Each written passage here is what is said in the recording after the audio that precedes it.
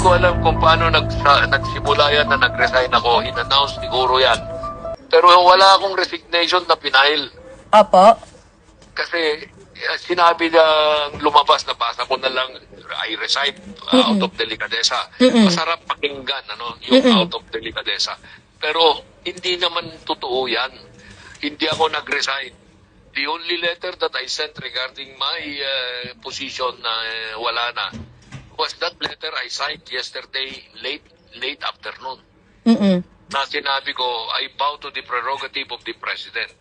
Yung submit to the prerogative of the President to replace me. Kasi that is the nature of my tenure at the pleasure of the President. So wala, I will not also validate na may resignation ako kung wala. Pero, ES, meron po bang kumausap sa inyo na kailangan nyo pong you have to go out? Well, somebody, a close friend of mine, at least as far as I know, called me up in the morning, mga siguro before 12 o'clock, to tell me na I am to go to leave as executive secretary, exit na ako. So sabi ko, walang problema yan. I will accept that because I'm only serving at the pleasure of the President. Ano po daw yung reason bakit kailangan nyo pong you have to go? Hindi ko na tinanong.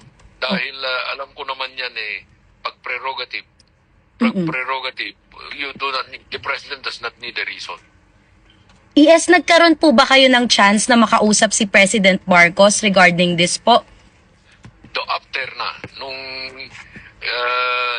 evening of Monday, nag-usap kami. Ano po yung pwede nyong mabahagi sa amin kung ano pong naging takbo ng pag-uusap niyo? Those matters are between him and me. Because as of that time, although in-announce na nag-resign ako at tinanggap na at in-appoint na yung in-announce na yung sumunod sa akin, I was still, technically speaking, on holdover.